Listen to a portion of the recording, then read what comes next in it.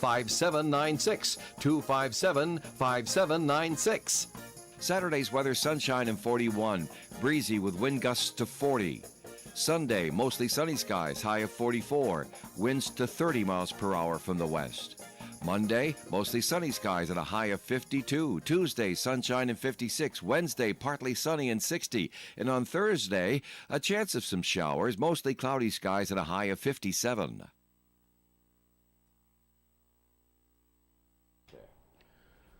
Currently outside the Navigant Credit Union broadcast studio at the corner of Park Avenue and Kennedy Street, we have a lovely, just about 40 degrees out today. Welcome to the Cheap Seats with Pat and Kevin. I'm Pat Holland, sitting in the control chair.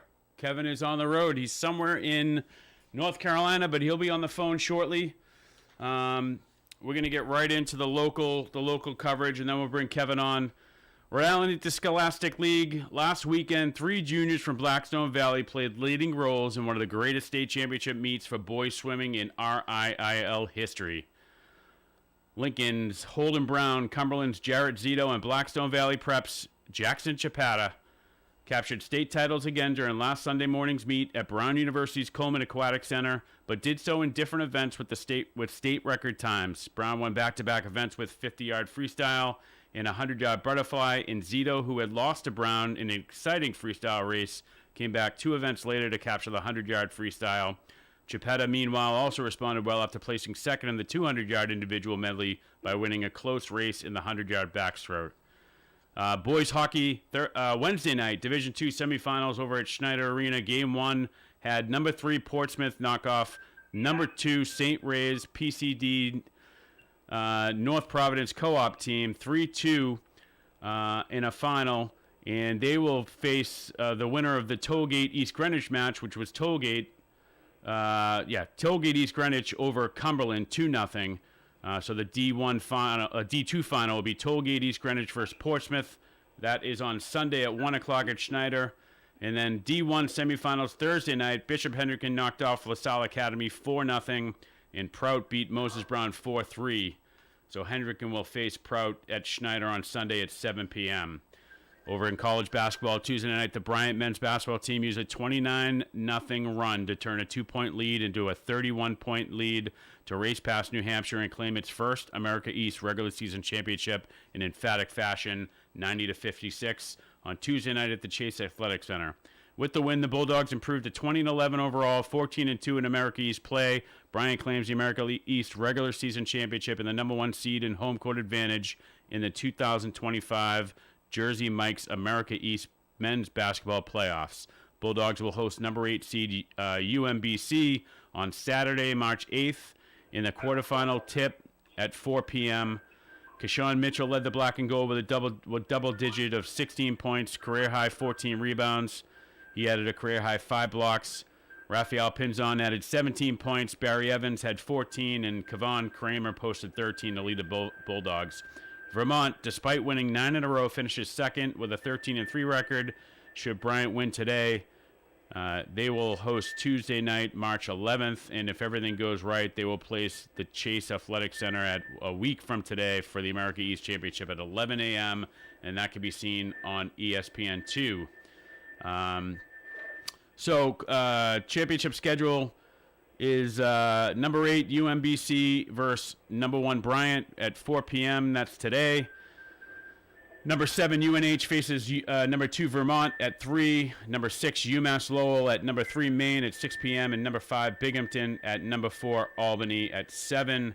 Again, they reseed for the semifinals. Those games will be played on Tuesday, March 11th. Lowest seed at the highest seed. And then the championship match will be next Saturday at the highest remaining seeds home court at 11 a.m. Brown has to beat Yale today, who Yale is 12-0 at home at 2. Then hope for a Princeton loss to Penn and or a Harvard loss to Dartmouth. If that happens, Brown would be in a tie with Princeton. If Princeton loses and Harvard wins, Brown wins, there will be a 3-way tie between those 3 teams for the last playoff spot. Providence College wrapped up their home schedule Wednesday night with an 80-77 loss versus DePaul, despite career best nights out of Corey Floyd with 25 and 18 out of Ryan Mela. This afternoon, they take on Xavier at 4 to finish off their regular season. Big East playoffs begin Wednesday, March 12th, with Providence playing Butler. PC is the 9 seed. Butler is the 8 seed. They may swap spots, but that is the matchup. They will play at 4 o'clock, and you can see that on the Peacock streaming network. The only chance PC really has now is to win the Big East tournament to make it into the NCAAs. URI played Wednesday night at St. Joe's, losing 91-74. They finished their regular season today at 2 versus Fordham. Like PC, URI needs to win the A-10 tournament to advance the NCAAs, which begins Wednesday, March 12th. Right now, first-round game has them pitted against LaSalle, but that may change depending on how today's games play out. Over in men's college hockey, number 6 Providence College men's team was defeated by the number 10 BU Terriers 8-2 on Thursday at Agganis Arena. Terriers struck for 4 goals in the opening 8.5 minutes of action, with 2 coming on the man advantage. Cole Eiserman, Cole Hudson, and Jack Hughes and Brandon Svoboda scored for the Terriers to give them an early 4-0 lead. Eiserman added a goal 38 seconds later, 38 seconds into the second period, to give BU a 5-0 lead on the power play. Ryan Green extended the Terriers' lead to 6-0 at the 11:40 mark of the second period. Hudson Malinowski got the Friars on the board with 4:14 remaining in the third period with his 10th goal of the season. Tage Harding and Will Elger earned the assists. Eiserman completed the hat trick with 9 at the 9:07 mark, giving BU a commanding 7-1 lead. And then Svoboda tracked his second to extend to an 8-1 lead. PC finishes their regular season tonight at Northeastern. Puck drops at 7. Hockey East opening round begins Wednesday, March 12th, with seeds 6 through 11 playing. PC currently sits in 5th, 1 point behind UConn, although I think that has changed. So they will get a first-round bye, but they probably will not host a first-round tournament game unless things change today. Over at Brown in the opening round of the ECAC playoffs versus Princeton last night, Ryan St. Louis struck for his second goal of the night, 52 seconds into overtime. As the Brown Bears completed the comeback win over Princeton in a crucial conference game at Hobie Baker Rink. With the win, the Bears improved to 9-2 over their last 11. They jumped Harvard Crimson to 7th in the ECAC standings. Brown is 4 points back at Dartmouth and Cornell for 5th.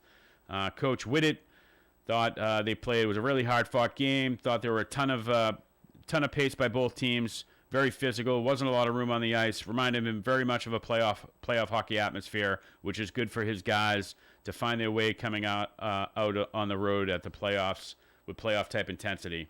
He said some guys had good nights. I thought we had good effort from the goalie out there. Brown and Princeton skated scoreless period, with the Bears killing off their first pair of power plays, coming up empty on a one-man advantage. Goalie Lawton Zacher made 26 saves. Less than a minute into overtime is when St. Louis found space in the heart of the Princeton zone, blasted his second goal of the game past Pearson for the win, with Scott and Alex Pinot assisting on the overtime winner.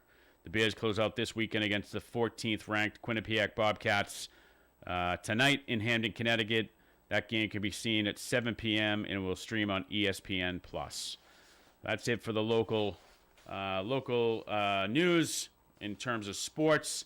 We had a big day yesterday with the NHL trade deadline. Bruins made multiple moves. Obviously, sellers were starting to lose games and falling further and further outside of the playoff hunt. So it was apparent that they were going to probably start to sell. Wasn't quite apparent how many players they were going to move, but they did make quite a few moves. So I'm going to bring Kevin on. Kevin is in the car. Good morning, Pat. Good morning, Kevin. Can you hear me? Yeah, you got me clear? Excellent. Yeah, welcome. You're somewhere in North Carolina, I understand, right? Yeah, I'm in the Raleigh-Wilmington area of North Carolina. Very nice. Very nice. Heading down to... If I could say one, heading down to Florida. And the safest job in America on this drive so far is still the Connecticut Highway Department, because they're always doing something to slow you down. Right. So there you go. Control the speeds. To get through Connecticut. Yeah. Once you get through Connecticut and New York, it's usually a pretty straight shot from there. Yeah. Until you hit maybe Baltimore, D.C. area, depending on the time. So Exactly. So, but yeah, it was nice of the NHL, Pat, to wait till I got into the car. Nice of the Bruins, I should say. To wait till I get into the car and then make 3 moves? Yeah. And I said, they basically, we do put a little bit of framework together for this show, and I said, well, this kind of rewrote it a little bit, which helps. We thought that after Thursday night's loss, in how bad it was, that this was going to probably happen, or they'd start to make some moves. I didn't quite know the extent, obviously who they move and what they get back, but it was basically an all-out fire sale yesterday. They moved Trent Frederick, they moved Brosseau, they moved Charlie Coyle. Charlie Coyle. Yep, Carlo, and then obviously Marchand was the big one. But those came in, those last 3, actually the last 2 trades came in really right at the deadline, right? And we didn't know what was coming back from either. So Carlo and they were in the queue at the deadline was at 3:00 yesterday afternoon, and these 2 trades were in the queue at 2:59. So we didn't know what was coming back, but all in all, we knew it was coming. I actually, and we can break this down after the break, but I actually thought, what Don Sweeney was doing in terms of the return on some of these players going out the door was pretty remarkable, all things considering. A lot of these guys that he's moved are we're either unrestricted free agents at the end of this year, or they're older. Charlie Coyle, 33 years old. Marchand is an unrestricted free agent on the older end of his career. I think they, from the sounds of it, they tried to negotiate an extension, and it was the gap was just too big for them to commit to. So, and I think my wife doesn't talk to me about sports too much, but she said, why would they do that? I said, well, he was going to leave. If he's going to leave, you want to try to get something back for him. So why don't we do this? Why don't we take the first break, and then when we come back on the other side, we can start to break it down a little bit more. And we're welcoming calls too, right, Pat? Yeah, the phone lines are open. 401-766-1240. Like to see what you have to say about these trades, what your thoughts are. So join us on the other end. ON 1240. The latest Buick and GMC models are available at Tasker Buick GMC in Woonsocket. Buick Encore, Envision, Enclave, and Envista are on the lot waiting for you to take one for a test drive. New GMC crossovers, SUVs, as well as trucks and vans are also available. Thinking of a pre-owned vehicle? Tasker Buick GMC has more than 900 in stock, many under $15,000. Visit online, TaskerBuickGMC.com, or stop into 55 Fortin Drive, Woonsocket. Tasker Buick GMC, you will be satisfied. Lincoln and North Smithfield Urgent Care Centers are Northern Rhode Island's modern comprehensive urgent cares devoted to the best family health care available. They have board-certified doctors on their staff who will make you feel safe, comfortable, and reassured, especially when you're in doubt and concerned about the severity of your discomfort. Both centers feature on-site labs and x-ray facilities, as well as drug screens, complete physicals, flu shots, occupational medicine, including workers' comp and free blood screening. North Smithfield Urgent Care, 594 Great Road, North Smithfield, 768-3400. Open Monday through Friday 9 to 8 and Saturday 9 to 5. Lincoln Urgent Care, located across from Lincoln Mall, 333-9595. Open weekdays 9 to 9, Saturday and Sunday 9 to 5. You do have a choice. Since 1948, their motto has been to give every customer the very best in quality service as well as attention to detail. And that promise continues today at Michaud's Auto Body, a modern 5-stall facility with the latest in technology. Michaud's Auto Body knows that following an accident, you need reassurance about the entire process, including reports, insurance, rentals, and more. Their promise is to give each person all that they are paying for, and then some. Michaud's Auto Body on Privilege Street, Woonsocket, 769-1983. The world-class distributor of all things electrical is Electrical Wholesalers. They are a full-service electrical distributor with branches throughout Rhode Island, Massachusetts, and New Hampshire. Locally, they're at 113 Clinton Street next to KFC here in Woonsocket, with other locations in Cranston and Franklin, Massachusetts. Electrical Wholesalers provides the highest quality service to electrical contractors as well as residential, commercial, and industrial customers. Electrical Wholesalers is open Monday through Friday, 7 in the morning till 5 in the afternoon. Visit ew-ne.com. Electrical Wholesalers. ON, AM, and FM. And welcome back to the Cheap Seats with Pat and Kevin. Kevin, you still there? Yes, I am. All right, great. So, 62 degrees down here. oh, yeah, rub it in.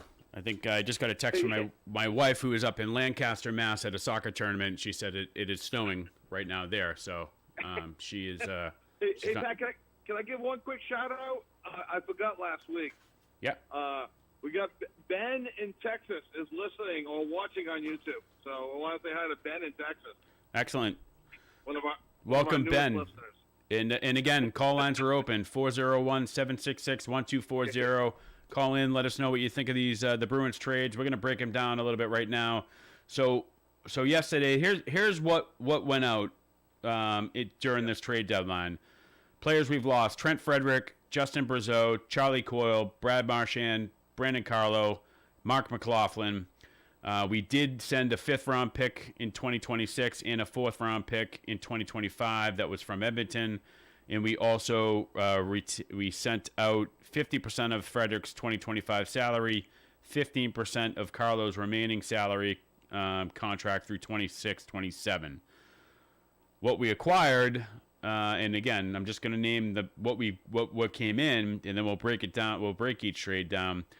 We received defenseman Max Warner, forward Jacob Lauko, who we're very familiar with, forward Marat Kustanedinov, forward Casey Milstat, forward Will Zellers, forward Fraser Minton, defenseman Henry Yokoharu, and defenseman Danil Mishu. We also took in a 2nd-round pick in 2025, which was St. Louis's. We received a 2nd-round pick in 2025 from Colorado. So the Avalanche have more than one 2nd-round pick, so it's whatever the lowest one is. We received a 4th-round pick in 2025. It was Philadelphia's. We got that via Toronto. We received a 1st-round pick in 2026 from Toronto, which is top 5 protected. We received a 6th-round pick in 2026, which is our own. We got that back from Minnesota. And then we got a conditional 2nd-round pick in 2027 from Florida, which could potentially turn into a 1st-round pick. So that's quite a bit. Obviously, at some point, and I compare them to the Blackhawks, right? The Blackhawks had how many years of just dominance, right? Throughout the, 2010 to like 2017, 18, right? They had a great run.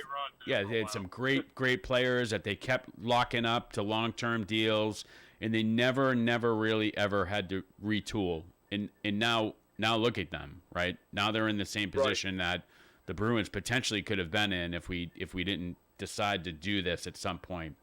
And this is the first year the Bruins probably, definitely aren't going to make the playoffs in, quite some time. Yeah. On that, Pat, too, I'm sorry, they had to do it. I mean, we were talking, we had a group together on Thursday night, and people were calling for the fire sale. The joke was, and we've talked about it on the show, who are you going to get rid of? And pretty much they got rid of everybody that we said could possibly be traded or moved, and they only held on to Swayman, McAvoy, and Pasternak. I can't believe they were able to get rid of everybody else. And I do think, I agree with you, I think they got a lot back on these trades. We were listening to NHL Network on the way down. They were a little bit on the Marchand that they thought they could have got more than a second round for him. But that second round, and I think you mentioned it, can turn into a first-round pick, right? Yeah. In this, basically it's a conditional second-round pick. It can turn into a first-round pick if Florida wins 2 playoff series and Marchand plays in 50% of those games. So as we know, Marchand he's in Boston still rehabbing from an injury that happened after the Four Nations tournament. So he'll catch up with them. I'm sure he's probably relatively close. And then, depending on how Florida, now they're stacked, so you would expect that they should win two series, and then that ends up being a first round pick. So it'll be a lower round first round pick, but I think that fantastic. Bruins have not had first and second round pick like this since 2017. 2017 is the last time they had a first round pick. Right. So they had to do it. They had to break up the team from 2 years ago that should have gone to the Stanley Cup. Did not. When they went all in with Bergeron and Krejci last year, they tried to do it last year where they had a great team. Didn't work out. This year's team, it started with the coach. Sacco maybe gave a little bit of life at first as the coach. They're back to where they were before. They weren't going to make the playoffs with the current group, so might as well not make the playoffs with something in return overall. Yeah, if you're going to have players leave, you want to get something back for them, especially if they're UFAs. You want to get some sort of return. There's no guarantee they're going to sign with you. Certainly in March. I get Marchand. Keep him separate, right? He's a legacy player. Spent his whole career here, captain of the team. You never like to see those guys go. I don't even compare him to everyone goes, well, they traded Ray Bourque away. It's like, Ray Bourque asked to be traded away because he wanted a chance to win a Stanley Cup. Marchand has one. He's won one here. But, it is what it is. At some point, you have to make the decision that we gotta kind of retool. The cupboard is bare, right? There's nothing coming up from Providence that is top 6 worthy, right? You got Mergicol and you have Lysell. Neither of those guys have really stepped in and been like, oh wow, they can play at this level. I think Mergicol can. I don't know if he plays in all 3 zones that like they would want you to. Lysell, like I said, there's a reason why he hasn't been up, and there's a reason why they gave him one game, probably just to say they gave him a game. So let's break these down a little bit more. So sure. Trent Frederick and Max Jones, who was down in Providence, traded to Edmonton. In exchange, the Bruins received defensive prospect Max Warner, who, from what I understand, is one of their top defensive prospects. They received the St. Louis Blues 2025 second-round pick, which Edmonton owned, and Edmonton's fourth-rounder in 2026. Bruins retained 50% of Frederick's salary for the rest of the season. So, I think that's a I love this trade. Yeah, this one might be my favorite. I'm shocked at what they got. We've talked on air, we've talked off air, and I think we all felt that maybe a third round, but most likely a fourth round pick. For them to come away with a second and a fourth out of this, yes, I know they gave up somebody else, but this one I think is a great trade for Sweeney. I really like this one. Trent Frederick, I like him as a player. He's one of the few guys that could fight. But you look at his production, the goals and assists, they're not there. They're not top 6 forwards. They're not top 6 forwards. He's a third line guy, fourth line guy, and to come away with 2 picks. And I already forget who they traded with him away. Max Jones. It was somebody that wasn't making Max Jones. So I love this trade when they made it. When was that done? I think on Wednesday. Correct. I all in on this trade. And there's also, not that we necessarily know how to get into this, there's a weird lineage on this trade. Did you hear about this? Yeah. This goes all the way back to 1986. It keeps the lineage going of when the Bruins picked up Cam Neely in the draft pick that turned out to be Glenn Wesley.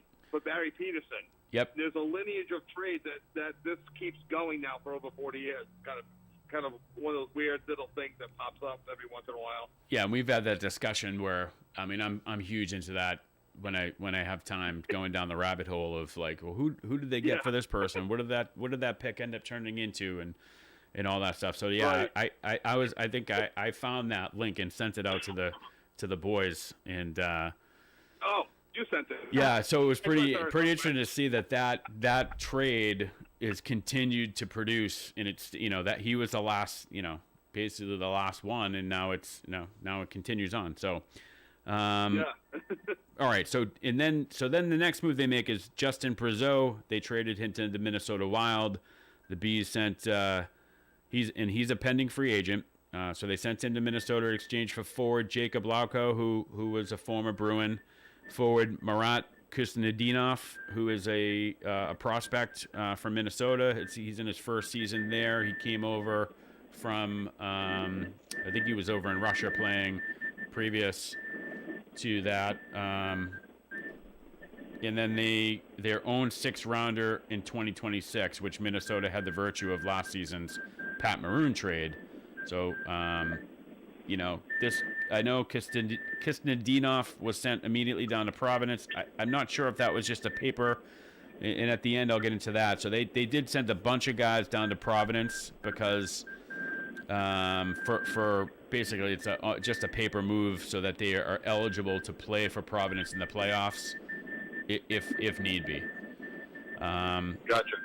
So I like, you know, the fact that you get anything back from Justin Brazeau. You know, he was a great, you know, addition.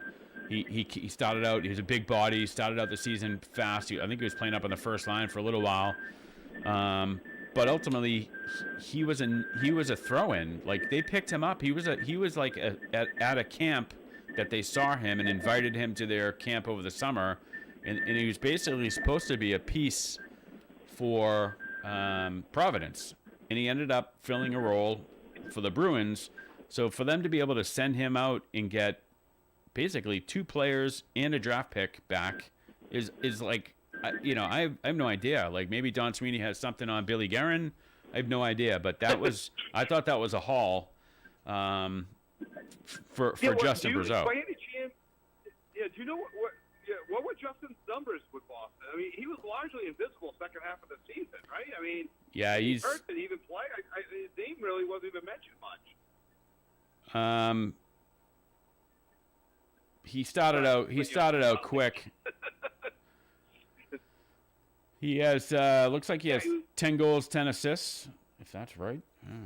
All right, so that puts him in the Charlie Coyle camp. Well, yes. Yeah, exactly. So that seems like a lot in return for him, which again, you know, and again, you know, I know people, kill Don Sweeney in the area. I also, you know, give him credit for the trades he made 2 years ago when Bergeron and Krejci were in there last year. That year they should have made a run to the Cup, and they got eliminated in the first round, where Sweeney just hasn't been able to do anything. It's a draft pick. So now the pressure will be on him. And we've talked off air. that could be another show, what Sweeney does with the draft picks. But yeah, I agree with you. To get all that from Minnesota, another good trade. And that was also done prior to yesterday as well, wasn't it? Was that Wednesday or Thursday? Yeah, it was just prior to yesterday. It might have been Thursday. Thursday, okay. And then, obviously, they sent Charlie Coyle yesterday out to Colorado in exchange for a mix of players. It includes Casey Middlestat, who's I think is a 26-year-old fast player, good hands. He was originally, I believe, a Buffalo Sabre draft pick. They've received forward Will Zellers, who is currently in the USHL. He's the second leading scorer in the USHL, 2 points off the leader, but he's played like 15 or 20 games less than anyone else. He is committed to attend North Dakota next year to play college. I believe he's just turned 19, so he's one of their top prospects. And they received a second-round pick in the 2025 draft. We also sent a 5th rounder out there to complete the deal. So again, I think that's a great return for Charlie Coyle. Listen, I'm the biggest Charlie Coyle fan. I grew up in Boston. He's from Weymouth. I like the story, but he's 33 years old. He had the best season of his career last year, and this year he's underperformed. He is, and everyone talks about him, he is a third or fourth line center, and he basically was playing first and second line center here. And he's going to fit a role in Colorado, a team that is built to win now. He's going to be, they have him pinned in he's a third line center, exactly where he should be. So to get the players in return and the draft picks in return that we've gotten for him, I thought was again, remarkable.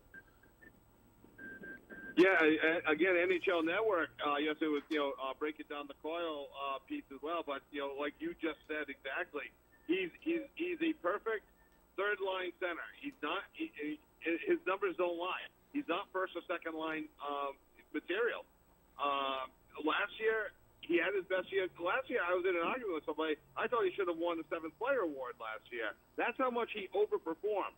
To me, he went above and beyond what was expected of him last year, as did the whole team last year. Nobody has gone above and beyond this year. Maybe Geeky a little bit. Pasternak had a great January and February, but that's about it. And Charlie Coyle's in that camp. And again, my wife and I, we were talking this morning about it. She kind of compared him to like a Brock Holt type, a player great in the community. Yeah. Great going to the hospitals. Great family guy. He does everything you want from him, and he's playing for the local team. But here's the problem: he wasn't producing. Exactly. And he's getting older, and I would love for Charlie Coyle to be a 20-goal, 30-assist guy, or 25 and 25. It's just not who he is. Again, with take away last year, good player, perfect third-line center, and again, happily wrong. If we didn't say it on the show, we said it prior. I was expecting another third round or fourth round pick for him. Yeah, to come away.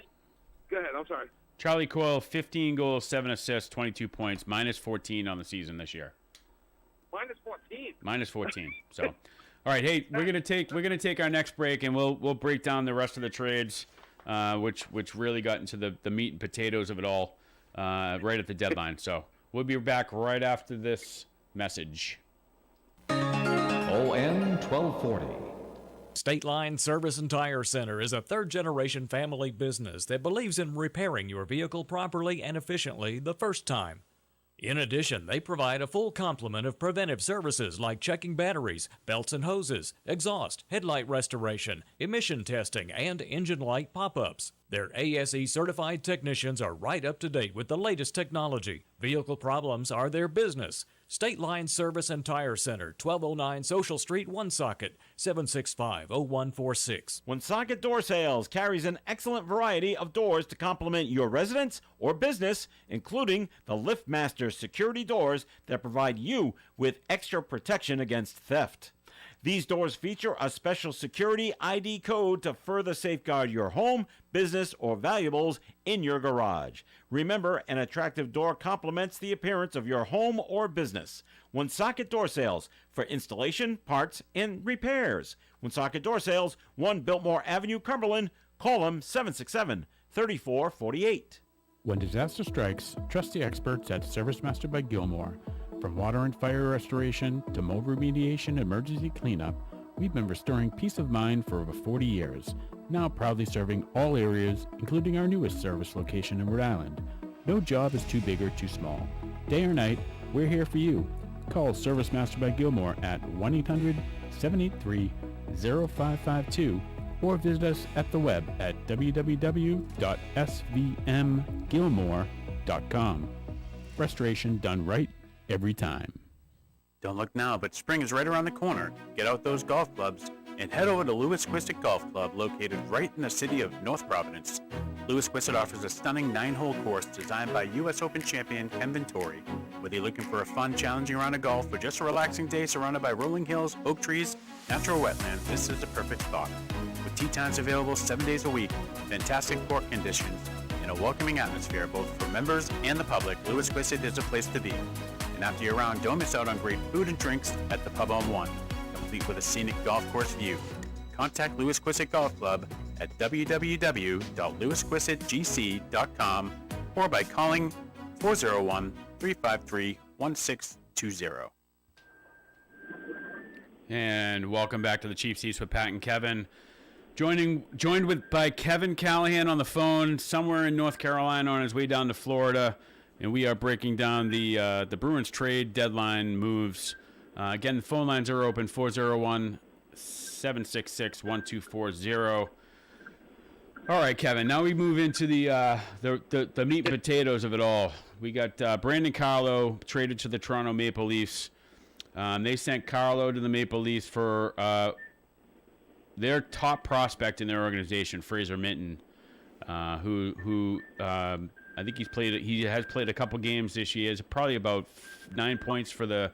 I think it was 9 points for the Maple Leafs. He spent most of the season down with their minor league team, the Marlies. He has some NHL experience.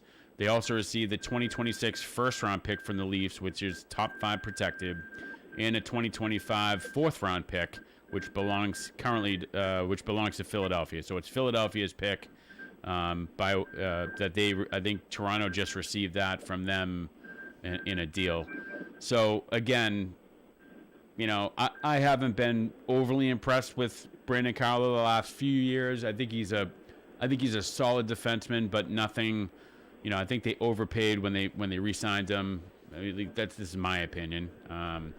So again, to get Toronto's top prospect in their organization back in return, plus 2 draft picks, I think is a haul. Yeah, I like this pick. I like this draft. This trade as well. Again, without having much access to the local stuff, NHL Network was breaking down trades all over the NHL, so it was tough just to hear their take on all the Bruins trades.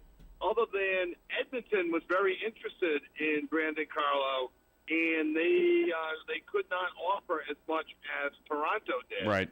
So Hey, again, kudos to Sweeney on this one. All right, Kevin, we got a call. We got Moose on the line. Oh, cool. Moose, you there? Yeah. Hi, Pat.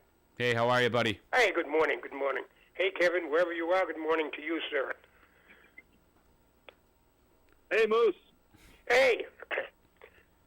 Guys, yeah, of course, the topic this morning is the Bruins, and so we call it a firehouse sale. It's unbelievable how many players. Look, I'm not familiar with who they picked up. I just found this out yesterday. I didn't check out all the details, Pat. Yep. I know Marchand's gone, Coyle is gone, Carlo is gone. I don't mind too much Carlo because I don't think he helped us at all. I didn't care for him this year. I thought he was very weak in the defensive area, and he didn't headman the puck up the ice at all. He was just not. I didn't care for him at all. I thought he was more of a detriment instead of a helpful player on the ice. But losing Marchand, is there a clause, Pat? Now, Marchand is hurt. Do you know anything about his contract? Is there still left over? Is there some kind of a written, criteria about trading for a player who's injured, as Marchand is? Could you fill me in on that if you do know that information? No, I mean, he's rehabbing. I would think that there were some conversations that were had that, I think he's close to being back. So, basically the deal they sent, they're getting a second-round conditional pick back for Marchand that could end up being a first-round pick if Florida wins 2 playoff series and Marchand plays in 50% of those games. Oh, so that's the conditions. Yeah, and he's a free agent. So. And typically as well on trades, like I'm sure the Panthers will do a physical on Marchand just to make sure that what the Bruins say is accurate with what the Panthers say. That way, so they know, the Panthers know they're getting an currently injured Brad Marchand. But the Bruins say, we expect him back in a week. or two, and the Panthers come to the same agreement. I'm sure there is pending a physical, just to make sure that both teams are on the same page. If the Panthers find something horribly wrong, they may be able to avoid the trade. Yeah, well, that's probably why they have these contingencies in place too. Like I got this crazy thing. Pat, pardon me for interrupting. No, it's fine. I got this crazy thing that's inside my head about Marshawn. I don't think he wants to go. Yeah, I mean, I don't think he wants. I don't think he wants to go to Florida. He can refuse, can't he? He can do anything he wants.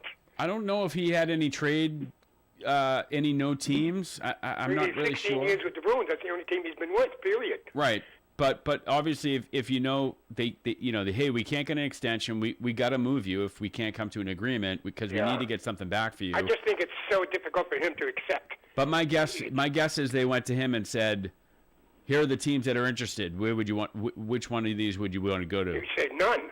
I'm a Boston Bruins player for life." Yeah, well, but for him, it's not about that. He knows that if they can't get a deal, and the Bruins need to, they can't let this season end and then go, all right, well, maybe he doesn't come back anyway, because he doesn't want to sign here for less or take what we're offering. He wants a long term, maybe he wants 5 years, but we only want to give him 3. I don't think he'll get 5. He's a little too old for that. Well, that's what I mean. We don't know. Those are the conversations that we don't know about. So you got to get something for him. Yeah. The loss of Coyle. I think. Look, he still, I thought, was one of our best forecheckers. Was Charlie Coyle? He's great in the corners. He's a presence by shoving his weight around. He knows how to do it. Yeah, as far as goal scoring, yes, of course, it was a disappointment. Yeah. But the whole team was disappointing as far as scoring goals this year, with the exception of Pasta. But it's just really hard to accept that this team is not going to make the playoffs. Well, it happens to everyone at some point. Accumulated, Pat. Yep. With Thursday night's loss, the way it happened. I mean, that's the way it seems like it's been going the entire year for them. If something could possibly go wrong, it did. Oh yeah. The old Murphy's Law. Hey, Moose, Yes, it's been well documented now. And we looked it up Thursday night. That was the 27th time this year the Bruins have given up a goal with under 2 minutes to go in a period or overtime. And not only that, they gave up a goal with 1:18. It was overturned, and then they gave up a goal with 12 seconds. All right. I know. It's like a nightmare. The last 2 minutes. Times. Moose, we got another caller coming in. Yeah, okay. To be continued, and just don't hold your breath. I don't know. There's still 19 games left. We'll see. I don't know. All right. I don't know. It's a crazy thing. Thanks for your time, guys. Bye, Moose. Hey, who's on the call? It's Rudy, buddy. Hey, Rudy, how are you? Good. Pat, we got to talk. Hey, I Rudy. like what Sweeney. Hey, how are you, sir? Listen, I like what Don Sweeney does in his trades. I think he's been somewhat successful. But honestly, guys, I don't trust him in a draft again. I mean, he had a horrible draft in 2015. Yep. He picks guys that are typical fourth liners or just Harvard guy, throw a dart at the board, hoping to strike gold, and he's had no luck. What do you guys think? Do you trust him for this draft? Well, that's a whole separate conversation. I agree. Now the next step is like, well, what do we do with all these draft picks that we got? Do we trust Don Sweeney to make those picks? Because they took a kid out of Canadian prep school last year with their first round pick in. I mean, I haven't done the research, but I would doubt that there are many college prep kids or high school prep kids from Canada that have been drafted in the first round, and a kid who's at Boston College now that can't produce. He has 3 points in 30-something games, and I was told that, 0 goals, 3 assists, and I was told that I could suit up and play for BC and probably get more points right now. So the other thing too. They haven't had 2 picks since 2017. So I'm with you, Rudy. I'm nervous of Don Sweeney with the draft. However, he's now got early round picks for the first time in 9 years. So when you're drafted in the just once early, or then later on in the 3rd or 4th round, you're going to get these guys that you hope develop. Unfortunately, none of them have. and that's the problem. That's where everyone's frustration is. I think the trades are good now. As Pat said, the next step, he really needs to score. I believe it or not, I actually think he may have saved his job with these trades, and they're going to give him one more chance to see how he does with the draft. I mean, they're going to have 2 top 10 picks this year in the first round. They have St. Louis's and they have their own, and those could potentially be both top 10 picks. Now, here's the other caveat in the thing that is the unknown is who's the coach, because they're not going to stay with the same guy. So do they go with a veteran coach that can handle young guys in the development? Do they go after someone like the Denver head coach, the guy from the World Juniors, and really kind of develop these guys?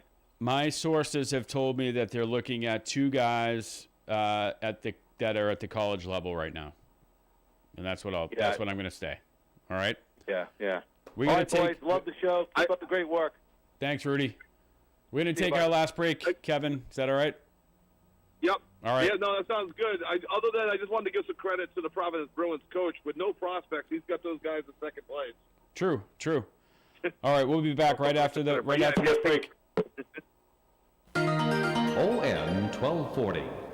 The latest Buick and GMC models are available at Tasca Buick GMC in Woonsocket. Buick Encore, Envision, Enclave, and Envista are on the lot waiting for you to take one for a test drive. New GMC crossovers, SUVs, as well as trucks and vans are also available. Thinking of a pre-owned vehicle? Tasca Buick GMC has more than 900 in stock, many under $15,000. Visit online, TascaBuickGMC.com, or stop into 55 Fortin Drive, Woonsocket. Tasca Buick GMC, you will be satisfied. Are you looking to beautify your property this spring? Look to A.J. Moran for stonework patios, steps, walkways, plus retaining walls. Are you looking to beautify your home this spring? A.J. Moran can put veneer stone right on your house to have beautiful looking stone. And if that's not what you want, A.J. Moran can rebuild indoor fireplaces with veneer stone. It's real natural stone. Check out what they can do online, ajmoraninc.com. A.J. Moran. If you're celebrating a major event, regardless of the reason, Michael's Meats of Cumberland can elevate your next meal from ordinary to extraordinary with meats so good your guests will ask you where you got them. Tell them Michael's Meats. Michael's Meats is in the Walgreens parking lot on Mendon Road in Cumberland, just north of the Ciabro Plaza. They're open Monday through Saturday at 9 a.m., making your next meal truly special. Here's this week's specials at Michael's Meats. This week's specials, extra lean sirloin pork cutlets for $2.59 a pound. Also, now taking St. Patrick's Day Michael's center cut corned beef brisket orders at Michael's Meats. Kevin, how are you? Yes, sir. All right. Excellent. Loving the hockey trade talks. This was great. Yeah, so let's get to the last. So we covered Marchand.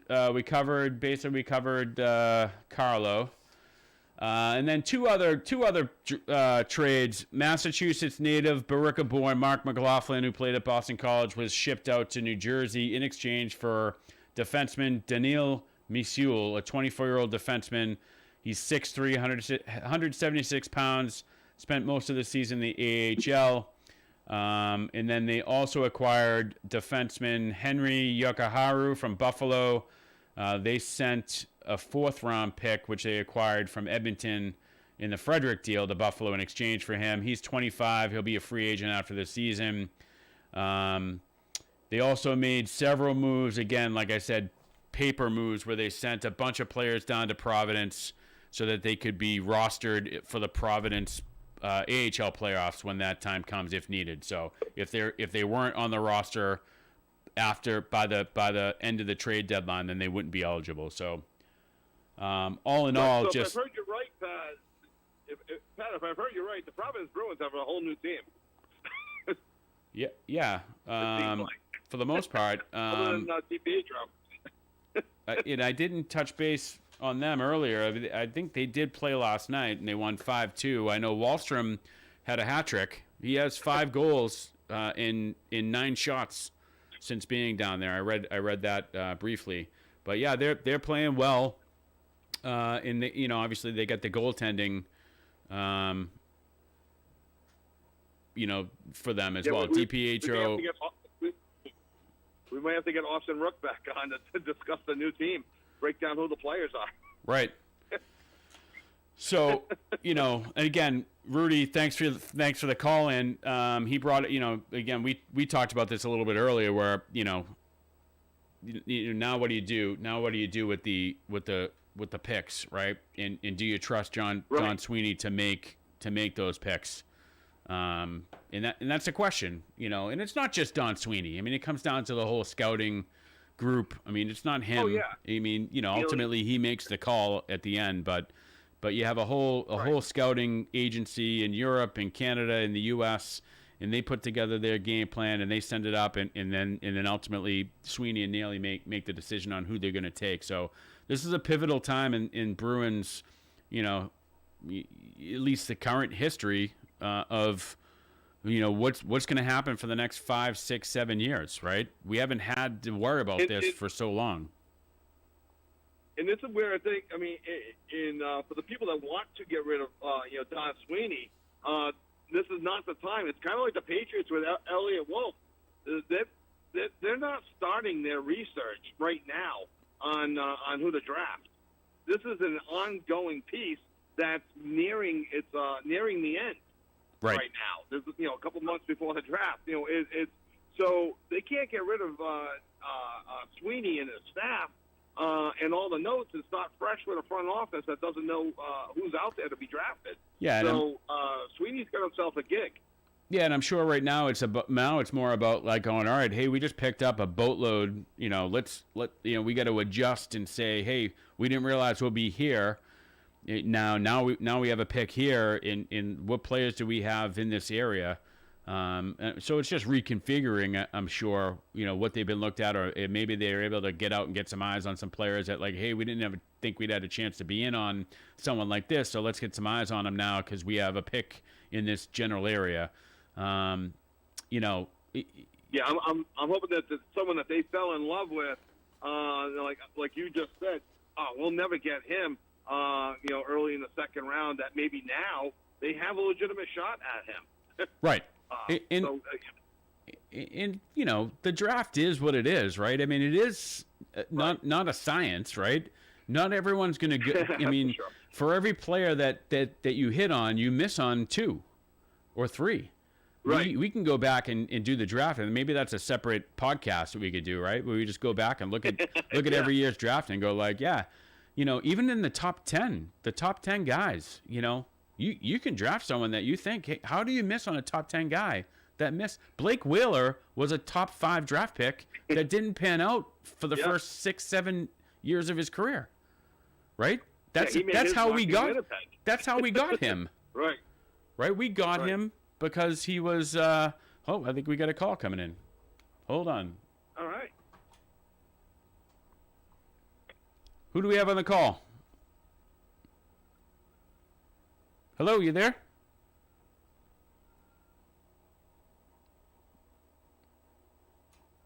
At least when that happened to me, Pat, I had a wrong number. No wrong number that time. So, hey, is someone on the call? so, hey, Pat. Oh, maybe not. Maybe not. Okay. I did hear something to your point though on the draft. It's again on NHL Network yesterday. I'll throw a quick trivia question at you. Yep. What percentage of second round picks are currently playing in the NHL right now? I don't know, Kevin. 16%. 16%. That's a very low number for second round picks. So you think you get a second rounder? Hold you're on. doing really good, and I still agree with that. Here we go. We got another call. All right. Thanks for calling the cheap seats. Who do we have on the call? Hey, Patrick. It's John from Riverside. Hey, John from Riverside. How are you? Good. How you Hey, guys John doing? from Riverside. Kevin, good morning. How you doing? What do you got? Doing great. You get here to talk about the Bruins? Yeah, let's talk a little more about Bruins. Good job on these moves. Yeah. A little disappointed in the haul for Marchand, but what are you gonna do? You gonna play up the season and possibly lose them for nothing? Exactly. And you gotta look at the totality of it. Like, you know, he's in the decline of his career. He's a unrestricted free agent. You know, maybe I think it's the emotions of it, right? I mean, he's 36 years old, right? So it's like, what do you think you were going to get? I mean, I'll take, you know, maybe 2 picks, but if that ends up being a first rounder, then I'm fine with that. Yeah, it'd be great. The other thing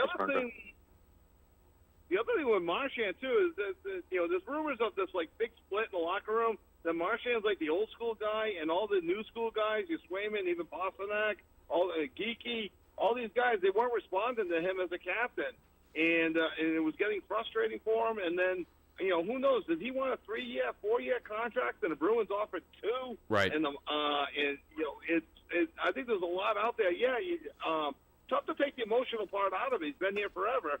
Won a cup, been in 2 others. But you know, how many times do you not get something for him, and they walk away as an unrestricted free agent? So I'm glad we got something for him. Maybe not as much as we could have got John, but Kevin, yeah, I think compared to the Mookie Betts, you know, everyone complains about Mookie Betts, but he was not staying here either. But get something, you know. Yeah, exactly. You got to get something for them. You can't let them just walk away. You know, with the, you know, maybe we can get a deal done after the season, but maybe not. And who knows what those conversations are? And you know, who knows? Maybe he turns around after the season and he does resign on a short-term deal to retire as a Bruin. You know, I don't put a lot of stock in that, but if it happens, great. If it doesn't, so be it. You know, but they needed to retool. They needed to take a step back and start to look at things. And because as well as Providence is playing, nobody's coming up here and like turning heads, right? So right. No. Yeah. What do you think of some of the other deals, John? Yeah, really happy with some of the other deals. I mean, great haul. I thought the stuff that they got back for all these other guys, especially Carlo and Coyle, was just. Even Brazeau too. I mean, it was just remarkable. Like, you know, I hate to use the word fleece, but you know, I do feel like Don Sweeney has a knack. And I think I think last year and the year before, you know, when they either didn't make moves or it was like, you know, he came out and said like, listen, the asking prices were too high. And we said right away. Like the other night, Thursday night, when I saw you guys, I said like some of these deals that are going through right now, and the draft picks that are being sent across, are like unbelievable. Like for middle of the line guys, you're getting a first round pick and multiple picks. So I was surprised. So that, you know, and maybe Don Sweeney saw that and said, hey, we could take advantage of this. True. Yeah. So.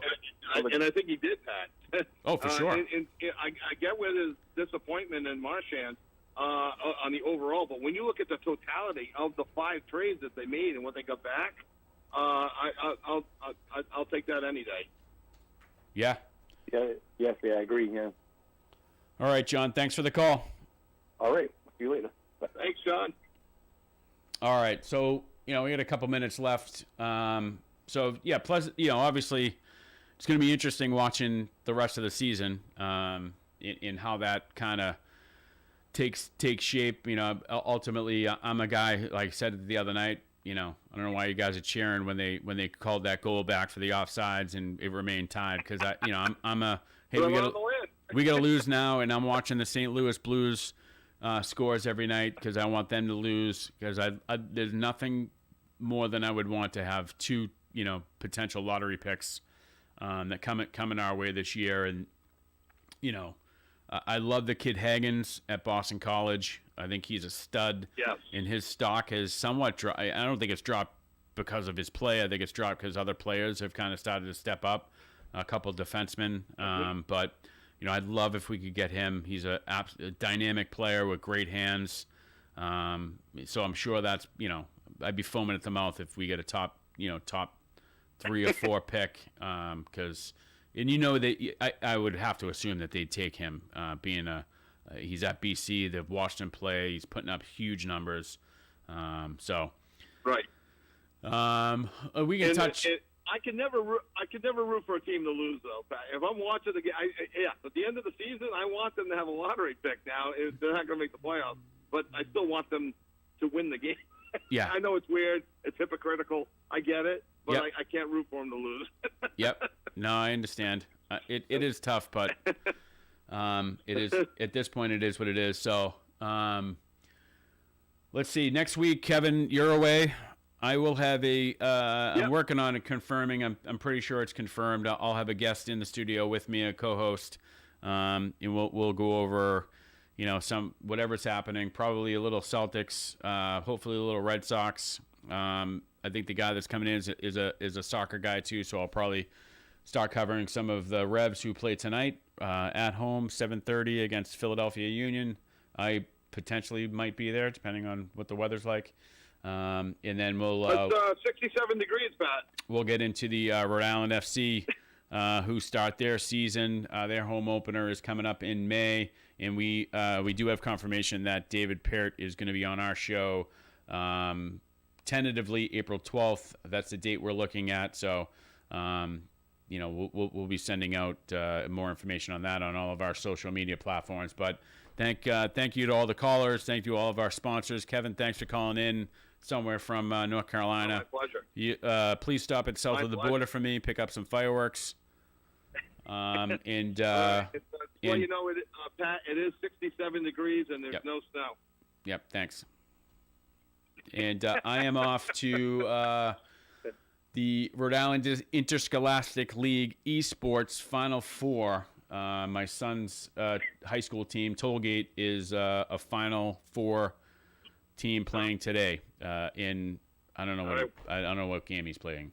I think it might be Mario Kart. All right, well, that's where I'll be. We'll have full coverage of that on next week's show, Pat. Yes, I'm going to write a blog. All right. We'll Good talk luck. to you. Good Safe luck. travels. Thanks, everyone. Have a good All right, weekend. thank you. Talk to you soon. Okay, bye. Broadcasting live and local daily from the Navigant Credit Union broadcast studio at the corner of Park Avenue and Kennedy Street. This is WOON Woonsocket Radio. And now, the news. NBC News Radio. I'm Rob Martier. The Department of Homeland Security is ending its collective bargaining agreement with Transportation Security Administration employees. In the announcement Friday, the department said the union contract